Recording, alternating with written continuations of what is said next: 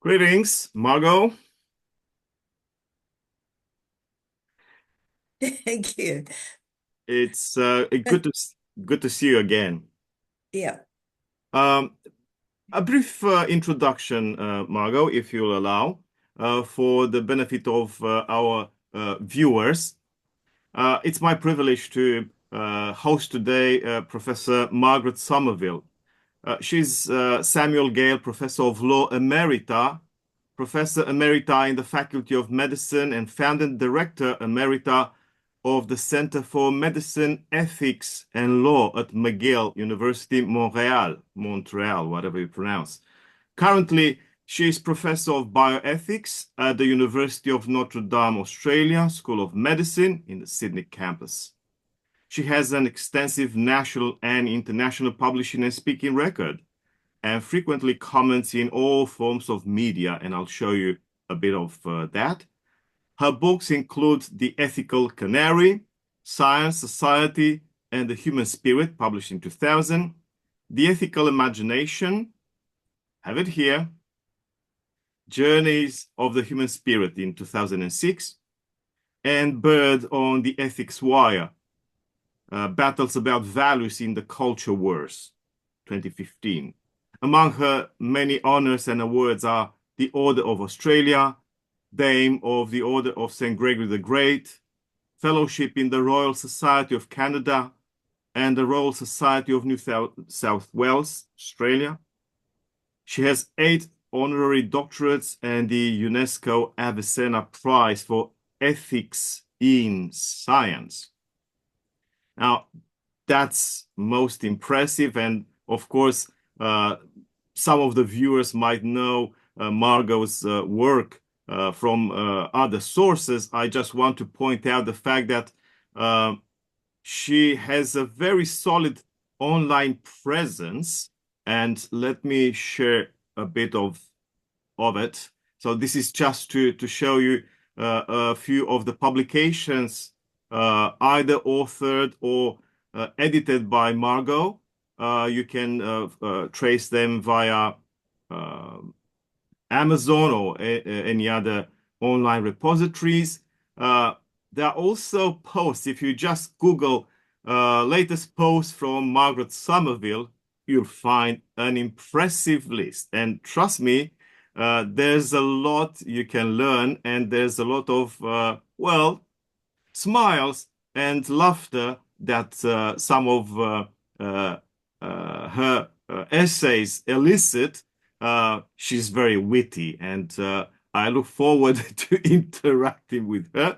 And this is just to point out to our viewers the fact that they can also hear Margo from the YouTube channel of AIOCS. She was involved in this conversation with Lisa Sedaris. Don't remember now the exact time where there she is. She appears in conversation with Lisa. But I don't want to spoil your time. As I said, she can be found in many places. Before I give her the floor, I want to show you something else. There is this article that I found and read with a lot of enthusiasm. I hope you can see it. It was published in Ethics and Behavior and in 2022, so recently.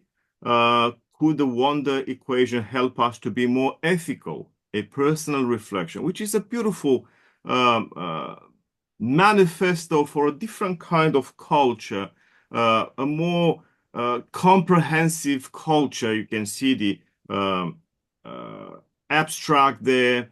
The article can be easily accessed via various repositories, so feel free to look for it. And if any of the viewers cannot trace it, please ask me and I'll send this article to you. But what I want to show you is that at some point down the track, you'll find in this article what gives the title of the piece, the wonder equation. And I invited Margo to speak to me, to speak to us about this wonder equation, how come she came up with it, what does it mean, where can it lead? And one more thing before, before I give her the floor, I have just one more thing to show. The wonder equation, new version, a revised version. I was fortunate enough to be able to read an article she prepared. And in that article, I found this revised wonder equation. And of course, I'm certain she will be able to talk to us about the new edition. Okay, so Margo, back to you. Okay, thanks, Doru. Well, the wonder equation is actually, I only realized that in reading through the paper in order to talk to you about it. It's really an overview of my whole professional, academic, and participating in the public square career. And I hadn't really realized that to the extent before. And how it came about, a lot of my life is serendipity.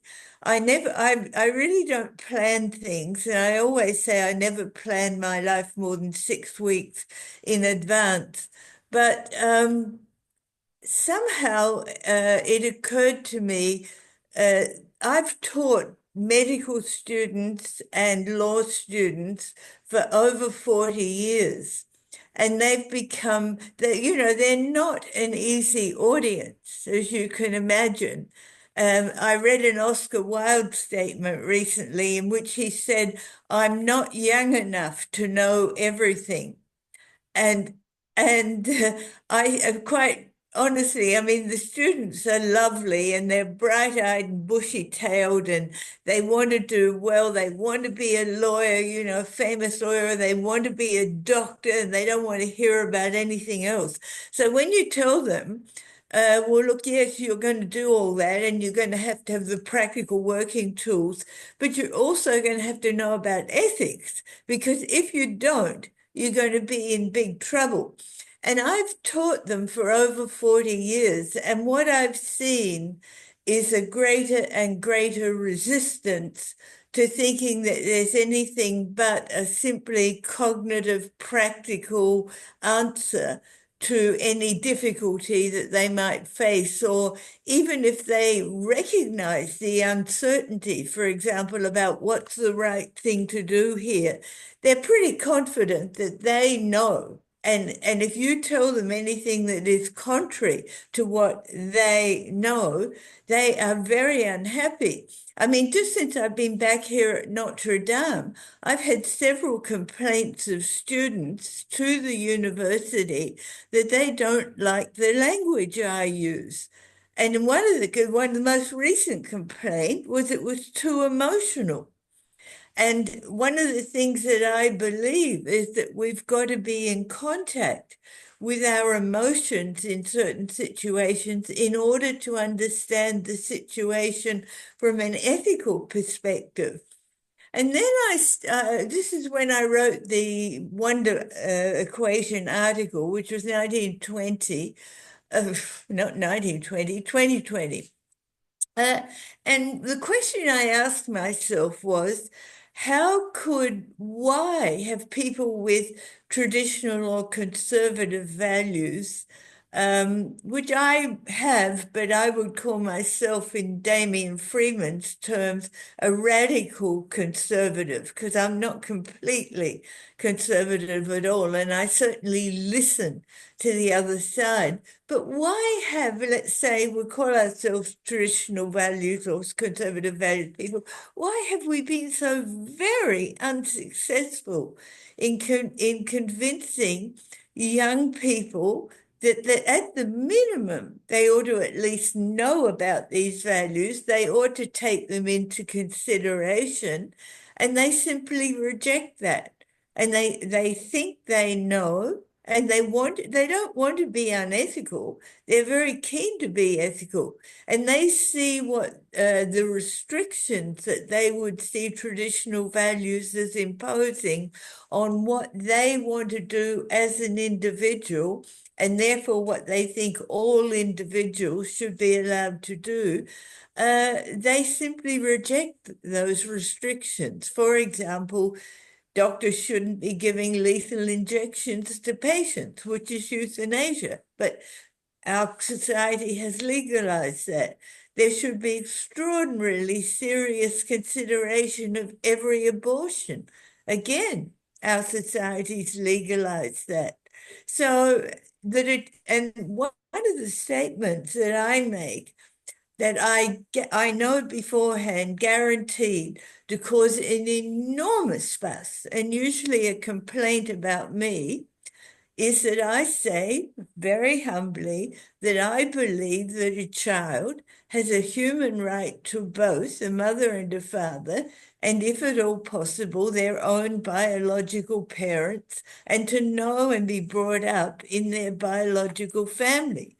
Now, that is not acceptable to a lot of so-called progressive values people.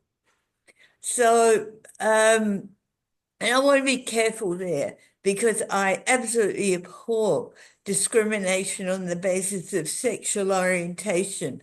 I'm not against same-sex couples having children because they are a same-sex couple. I'm against it because I believe that the rights of the child should predominate. And you can't do both. You can't say that same-sex couples can, for example, use IVF and a surrogate mother to have children for their family, and to say that the children's rights should come first. So those are all very controversial subjects. So what I asked is something missing for those young people?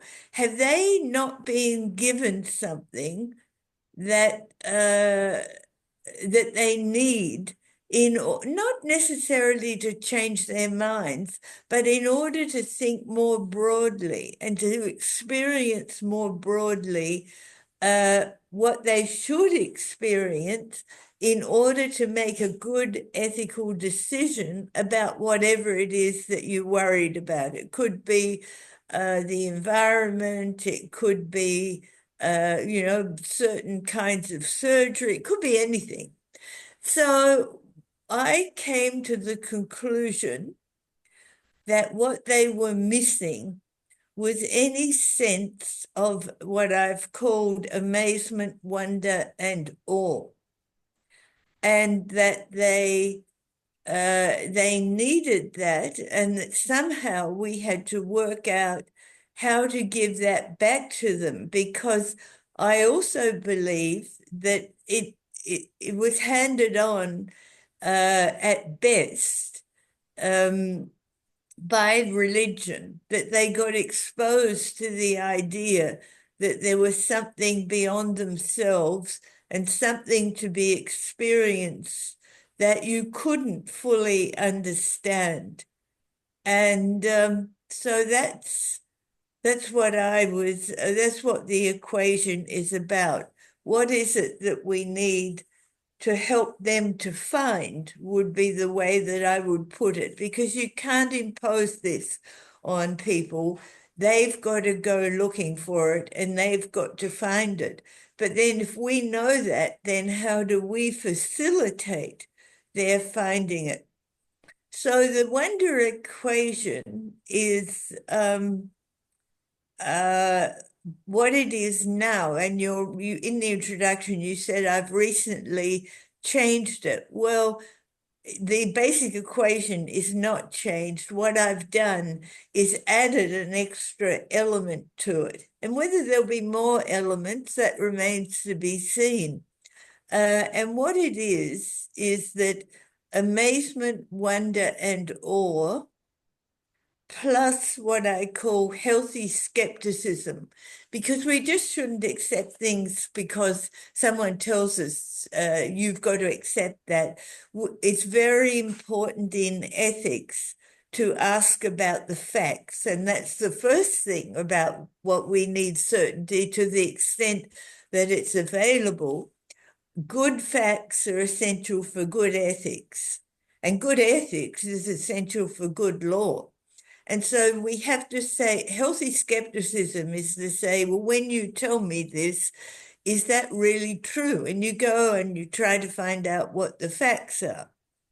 And then it has to be minus cynicism and minus nihilism. You can't just say there is nothing, and so therefore it doesn't matter what I do. And you can't be cynical about everybody who's trying to do something that they regard as doing good. You have to at least give a fair chance to hear what they've got to say. And so I believe that that can give rise to gratitude, including actually for being alive, for actually having the experience of living, which can have some tough parts in it as well. And uh, it can give rise to, and this is the addition to the equation, to earned trust. And there's a distinction between blind trust, which is based on authority and prestige and power. Trust me, because I know a lot more than you do, and I'm smarter than you, and I've got the power to get what I want. That is blind trust. Earned trust is trust me because I will show that you can trust me, and I will continuously show that you can trust me. And if I don't show that, then you shouldn't be trusting me. So it gives this amazement, wonder, and awe, plus healthy skepticism, minus cynicism and nihilism, gives rise to earned trust and gratitude, and very importantly, hope. And in my work for quite a long time, I've written a lot about how hope is the oxygen of the human spirit, and that without it, our spirit dies. And with it, we can overcome even seemingly insurmountable obstacles. So I think hope is the oxygen of the human spirit. It's very important to know that. And I think it's a major ethical crime to destroy hope.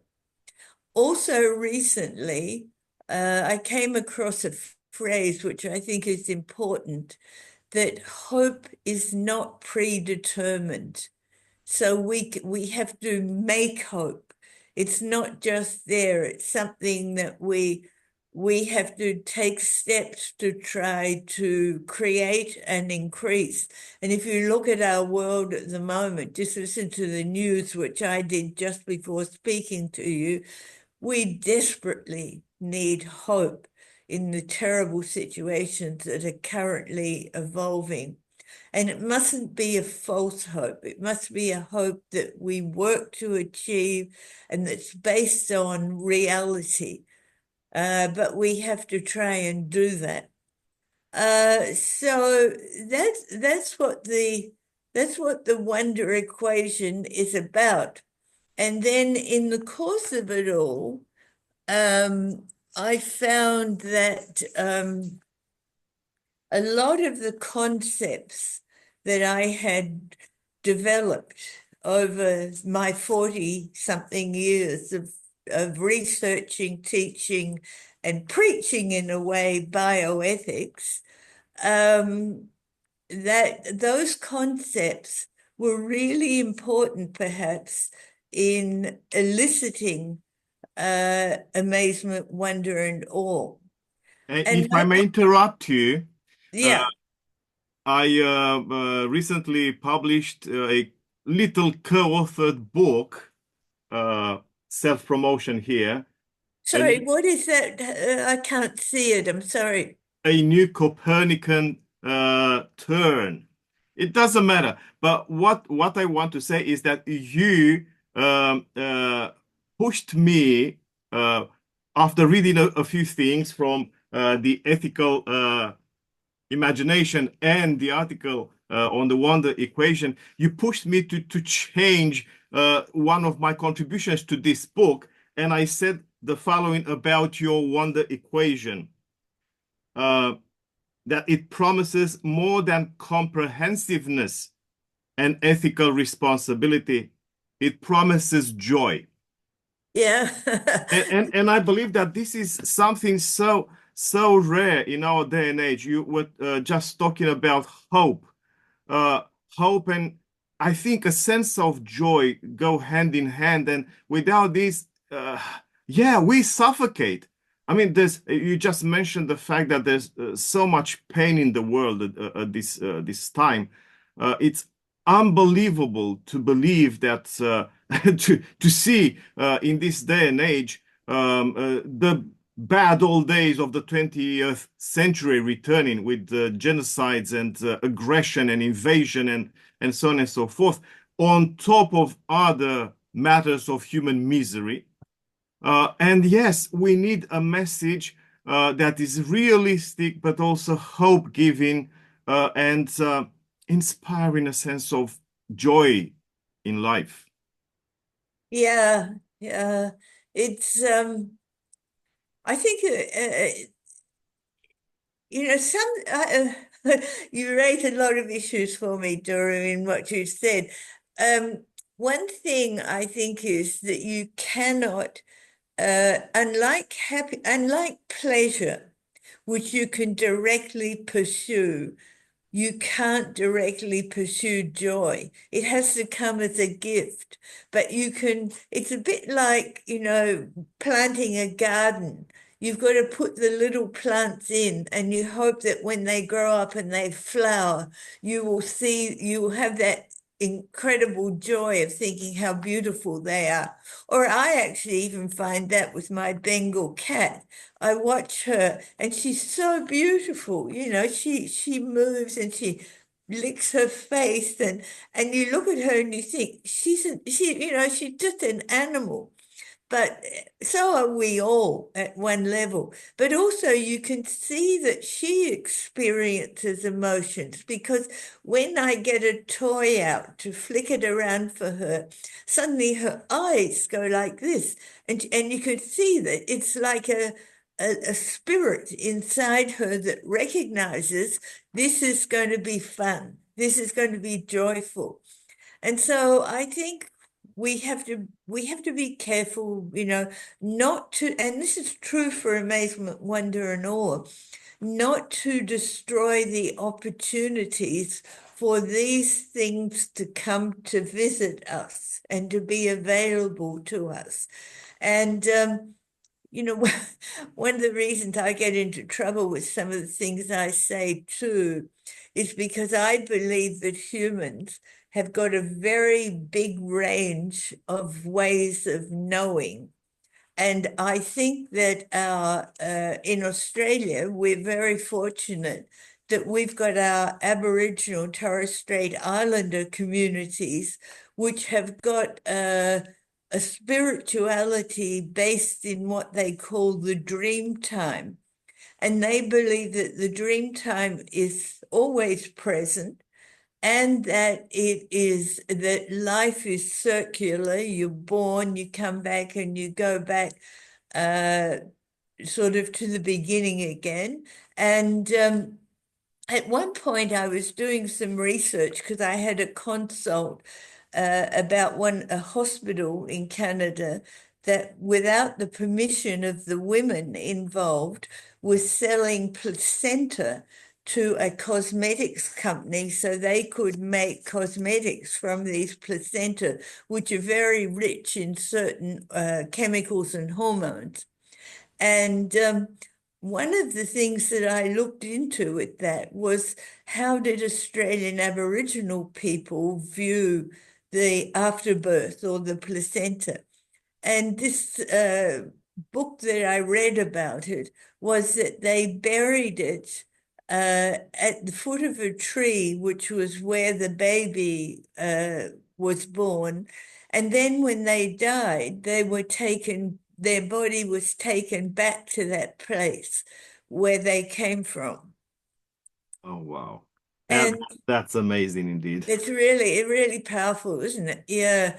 And one of my current preoccupations is that I want to learn as much as I can and as much as they are willing to teach me from Aboriginal people and their 60,000-year-old continuous culture about what is it that they know and do, and importantly, don't do, because they would consider that that was unethical. And there's some extraordinary things. I gave a speech in the US, and it was a 400-person special meeting when they first discovered CRISPR Cas9 technology, where you could design a human embryo by altering its genes and adding some genes and cutting out some genes. And they wanted me to speak on who owns the human embryo, therefore who's got the right to decide what happens to it. And I looked into the Aboriginal view of country and their incredible attachment to country. And what they believe is that country owns them, not that they own country, which is exactly the opposite of what our Western capitalistic democratic societies believe. And therefore, they were limited by what would not harm country, because they owed, you could call it a fiduciary obligation. They were the guardians of country. And we see that in what they tell us in Australia, and we're now taking that into account. And so then I looked at human embryos. And so do we, or even more so, because they were talking about human embryo manufacturing plants. And uh, I just freaked out. And so if you think you own human embryos, then why wouldn't you use them to do good things, make new therapies that'll help people, but, using them in that way. And so I argued against that. And one of the leading uh,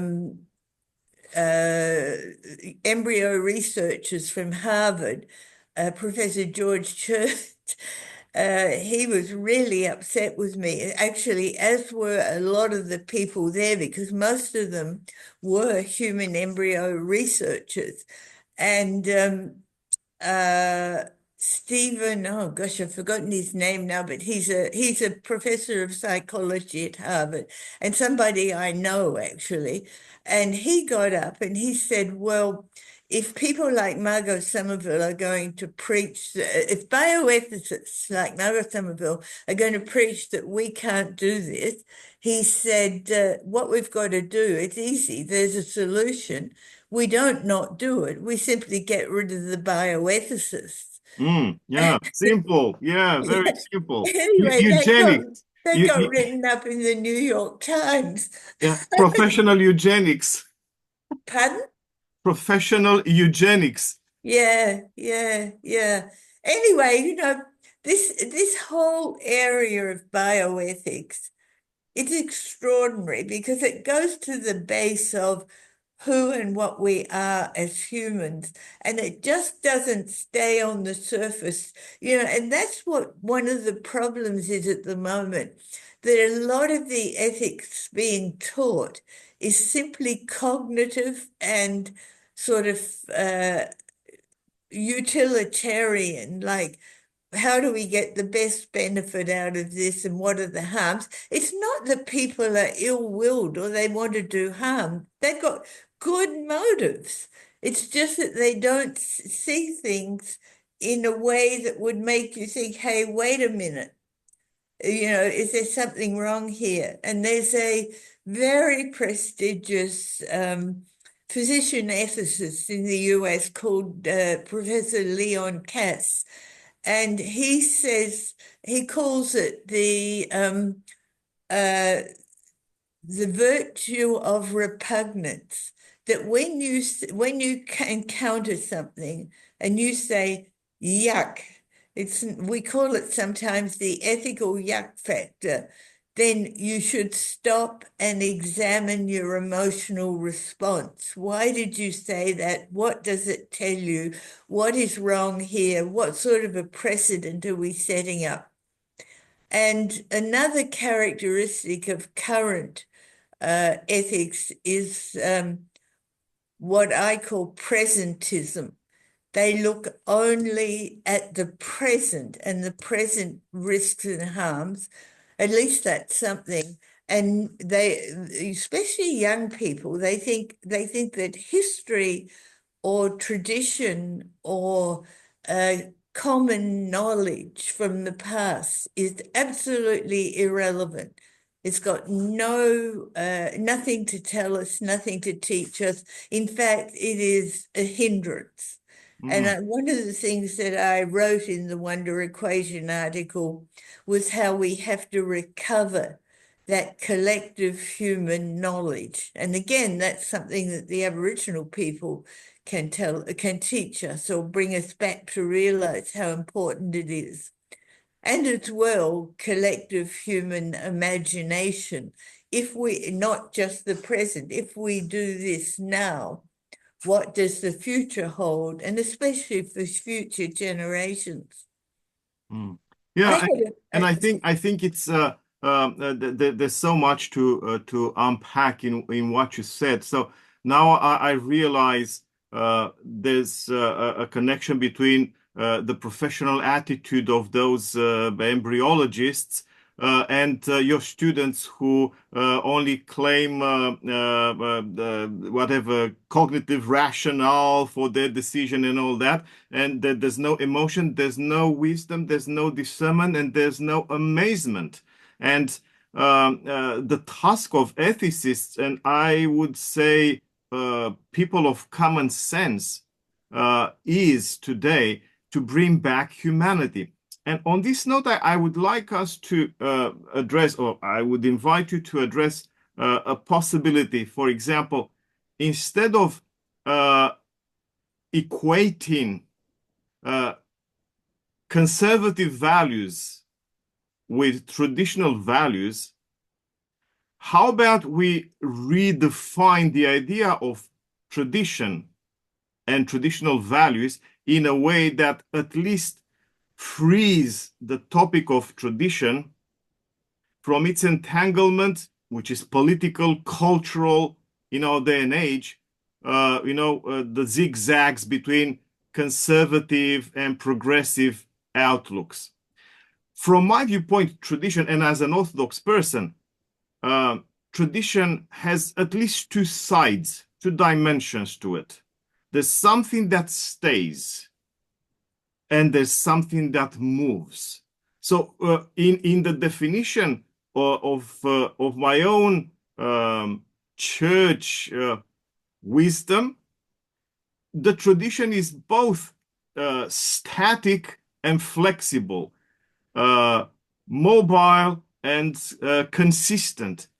And I wonder if we couldn't redeem the word tradition so that young people, professionals today, cannot actually adhere to an idea of tradition which they despise in principle because modernity is anti-traditional. Yeah, Doru, there was a break in the middle of that. The internet notice came on that it failed. Anyway, yeah, but well, in the Wonder Equation article that I wrote, um, what I suggested was that we knew, and because so many things have changed. I mean, our world is radically different from what it was 100 years ago. But I don't think the basic needs of humans and the basic values have changed if we can understand them properly. But I mean, like scientific knowledge about this intangible reality that we need to be fully human, whatever we call it, whether we call it amazement, wonder, and awe, whether we call it religion. I call it the human spirit. And one of the difficult things I had to do in writing The Ethical Imagination was try to work out a definition of the human spirit. And in fact, uh, I still can't say it because I had to get everything in. But here's what it was: the human spirit is our capacity to experience the intangible, invisible, immeasurable reality with which we need to connect to make life worth living, to feel that life has a purpose and to find meaning in life. It's a deeply intuitive sense of relatedness or connectedness to other humans, to all life, to the natural world, to the cosmos and the universe in which we live. Everyone can experience it. Some do so through religion, others in different ways. And I think that's what we've got to come back to, that and I mean, there's just so much, and this also for me entirely colors my view of the relation of religion and science. I believe that they are closely related, but where they get separated is when you see science as able to explain everything. And that, for example, Richard Dawkins believes that, although I heard recently that he might have slightly changed his mind, which is interesting. Well, he enjoys poetry, apparently. Okay. But I was at a meeting at Oxford and we were sitting around a oval table, and Richard was at one end, I was at the other. There were about 30 people present. One of them was James Watson, who got the Nobel Prize as one of the discoverers of DNA. And Richard and I it was like, when you watch a tennis match and the audience and the spectators are on each side and their heads go, like this, and so Richard would say something and I did say something back and everybody was going on. And finally, the chairman, who was a very proper Englishman called Sir Nigel something, Sir Nigel said, he said, I think we better stop at this point. He said, let's all cool down and let's all go and have a coffee. So everybody got up to walk out and I was still sitting at the end of the table. And Jim Watson walked past me and he put his hand on my shoulder like this. He said, Margo, the problem with you is that you're full of mystical nonsense. And and I said, the problem with you and Richard, Jim, is that you're mystically tone deaf. And so, this is the sort of thing. But just last week there was a scientific announcement that some scientists here in our globe, I can't remember where they were. I don't think it was Australia. Anyway, using some incredible mechanism, they were able to detect two massive black holes in a huge galaxy that it would be multiple multiple of the galaxies that we live in. And these two great things were on the edge maybe, of the universe, who knows whether it's the edge or not, they were 7.5 billion light years away. I mean, we can't even imagine that, what that means. I mean, and when you hear that and you think there's nothing else except the current reality of our physical world, it just doesn't make sense. So it depends on how you look at science, whether it's compatible with what I'm proposing we need. And if you look at it as the more we know, the more we know that we don't know. And the Japanese describe that in a wonderful image. They say, as the radius of knowledge expands, the circumference of ignorance increases. And if you imagine our knowledge as like a laser beam going out into the darkness of our unknowing, the further it goes, 7.5 billion light years, not even just years, light years, which are incredibly long. The further out it goes, the bigger that unknowing becomes. We know that we know hardly anything. And if we are amazed and wondrous and curious about that, then we've got amazement, wonder, and awe, in awe of what it is. Yeah, it's an enriching perspective, actually, which brings together both the knowns and the unknowns, and yeah, a perspective that makes room for us as sources of thought, emotion, will, action, and so on and so forth, but also uh, the broader human family, and also the environment on Earth, and the cosmic landscape. They are all of one piece and should be considered together. This is why we need the awakening of wonder to put us on a different track, a different path, culturally speaking, when we recognize this integrality of things and the fact that they belong together, rather than thinking in reductionist terms, nuts and bolts, kind of engineering where life is reduced to nothing. Yeah. It's unbelievable. I remember reading in your latest article, the one that I was privileged to read before publication, something similar. You were talking about a kind of opposition between individualism and collectivism. Would you care to comment on this? What would be the problem, culturally speaking, socially speaking, with the two paradigms, individualist, collectivist, or let's say more communal? Like many things in bioethics, uh, we need a balance between two competing goals. And so, it's a valid goal to think that individuals have got a right to control things in their lives. Uh, and it's also a valid goal, an important goal, to think that if we're going to flourish as human beings, we cannot do so simply as an individual. We have to we have to feel that we belong in order to find purpose and meaning.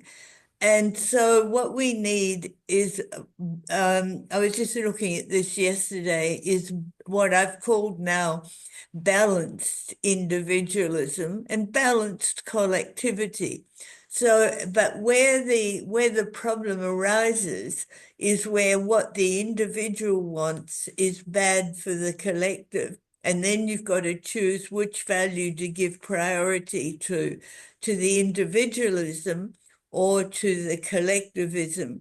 And progressive values, so-called progressive values, people are more likely to give it to the individual. They want control, choice, and change. So, like, for example, look at death. They don't want to die a natural death. They want to have control over when they die. They want to have choice of how they die. They want the law changed to allow them to exercise what they see as that right.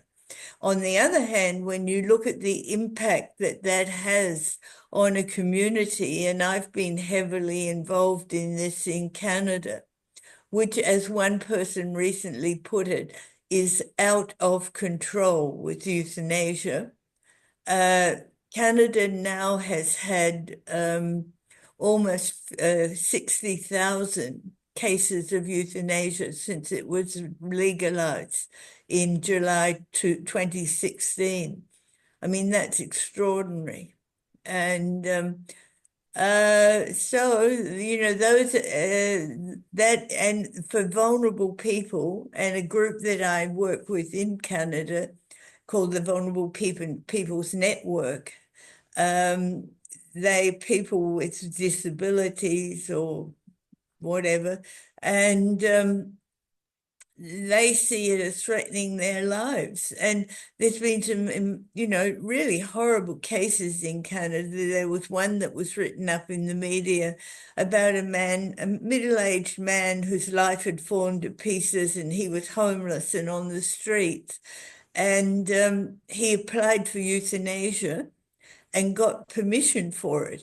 And somebody interviewed him. I don't know, I don't think he went ahead at the end of it, but I don't know. But anyway, when they asked him why did he want to die, he said, well, I don't want to die, but I don't want to be homeless even more than I don't want to die. So that's the sort of thing, we've got to be so careful. And it's so easy to destroy trust, which is incredibly important, um, and very difficult to resurrect it. People are wary once it's destroyed. It's easy to destroy respect for life, and again, very hard to bring it back to what it should be. And we've got to think about that. So it's both a fascinating and a overwhelming field that we're involved in, and it's not easy to work with because, and this is another area where I've been involved for a very long time in a theory called transdisciplinarity, that you can't just take one discipline and say, let's look at it through this one lens. You need to look at it through that lens, but you need to look at it through a whole lot of other lenses as well. And then you've got to meld all those pieces. And it isn't just a matter of throwing them together. There's certain steps that have to be taken. And people don't understand that. I use a metaphor of people standing around the circumference of a circle with the ethical problem in the middle. And each person has got a different colored light that they shine on the ethical issue in the middle. And when you spin that and all the colors combine, I think what you get is the white light of insight to help you to look for ethics. I Yeah. mean, I also believe that poetry is the language of ethics. So again, when we talk at a certain level, we've got to look at underneath that. I mean, so for example, poetry can be incredibly important in connecting people with amazement, wonder, and awe. They read about the little bird that got rescued or something. It's we mustn't underestimate how important those things are. And they are You part know, I of mean, I life just as much as policy and everything else. They are perhaps more integral to life and to the sense of hope and joy that we are seeking than anything else, ideologically speaking, that we might come up with. Yeah, I just wanted to tell you about something that got me. I mean, me being in trouble is normal. I used to have bodyguards in Canada, and I even had my classes invaded, and people tried to shut them down. So I'm not a, I don't know what I'm not. I don't even know what I am, that's for sure. But one of the things that got me some negative reaction, which was sort of justified, was that it was at the time that we discovered epigenetics. Now, not everybody knows what that is, but what it is that you get born with a gene, and there's a certain period of time after you're born where you have to have a certain experience in order for the gene to become active. And it was a colleague of mine at McGill, which is a very famous medical research school, um, who discovered this. And what it was baby rats, and they had a gene for nurturing behavior, but unless they got licked by their mothers shortly after death, that gene shut down and could not be opened up. And those little baby rats could not nurture their own young when they grew up and had their own babies. So that's epigenetic. It's gene plus environment. You need the two in order for the gene to be active. Now, it occurred to me that maybe children are born with a gene for a capacity for amazement, wonder, and awe, or for religion, but that they have to have a certain experience for that gene to be activated. And that maybe one of the problems at the moment is that kids are not exposed to any religious or other sort of mystical experience, and that therefore there's a problem with them having a capacity for amazement, wonder, and awe later on in their adult life. Well, I gave that in a speech that I gave, and this man came up to me afterwards, and he was practically in tears. And he said, I didn't discover any religion or any amazement, wonder, and awe until I was in my 20s. Does that mean I can't have it? And I felt terrible. And I said, no, no, no, maybe there's different pathways. But I think it's an interesting thing to think about, because we have seen that incredible drop off of parents not wanting to expose their children to any religious experience. Yeah, it's like spiritual castration. You deprive them of an opportunity to develop their personality on, let's say, multiple towards multiple directions. We only want a narrow kind of education that usually is associated with a career path, but we don't train our younglings and our societies, for this comprehensiveness. You mentioned transdisciplinarity earlier. I was one of the pioneers of engaging theologically transdisciplinarity in my country, in Romania. I know what you are saying, because it's such a fertile ground for enriching not only thought, enriching life. And yeah, when we deprive people of young age of multiple horizons, yeah, no wonder they grow up emotionless, unable to reason emotionally, to develop emotional intelligence, and therefore you have this tyranny of me, myself, and I, because they Yeah. don't know better. And hence the need for what you added to your wonder equation, the earned trust. I think it's very important. Yeah, well, one of the things that I write about amazement, wonder, and awe is that it could help us to transition from a me society to a we society.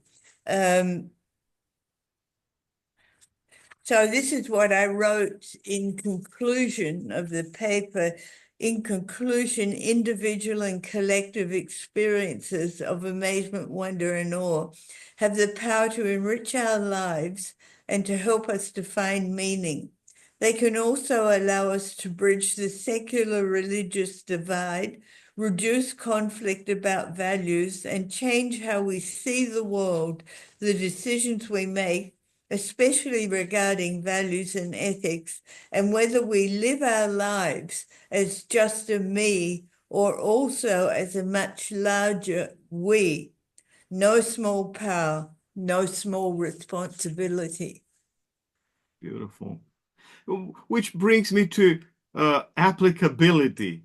Uh, I I know we are almost up in terms of our time, so that we do not bore our audience. But I wonder, can you present in summary a few avenues where we could apply this sense of wonder to, say, practical matters, challenges of our society, of our culture? Uh, Doru, much to my surprise, when I wrote the paper, The Wonder Equation, some reviewers sent me some very recent scientific work looking at wonder and awe and what it was composed of and how it could be elicited. And some of the research, they did things like they had two groups of people who went for 15-minute walks in a very beautiful park. And one group, they spoke to them about wonder and about, looking at the trees and what did they think of them, etc. And the other group, they didn't give any instructions. They just told them to go. They were the control group, go for a walk in the park. And what they found was that the ones who'd been told to look for the other experience in what they were doing had improved mental health, that they felt better, that this was a much more positive experience. So we might be getting to the stage where we write a prescription for amazement, wonder, and awe. And in a way, I guess that's what priests and holy people, like holy people that were recognized in a religion, did. They brought that person into that other space that exists whether or not we enter it. Beautiful. Such an enriching conversation, and a lot of food for thought there. Thank you very much, Margo, for your time, for your wisdom. It's unbelievable. Thank you for your work. Thank you for your message. It's something that we all need to hear for the first time, if we didn't before, or remember that it's so important. We forgot. Thanks, Doru. I think that perhaps the best thing we can do is not take anything for granted, to think, and kind of it's like a heightened sense of appreciation of how wonderful there are, how wonderful some of the things we have are, and not to denigrate them and not to destroy them. We have to hold them on trust. It's very important. Thank you very much.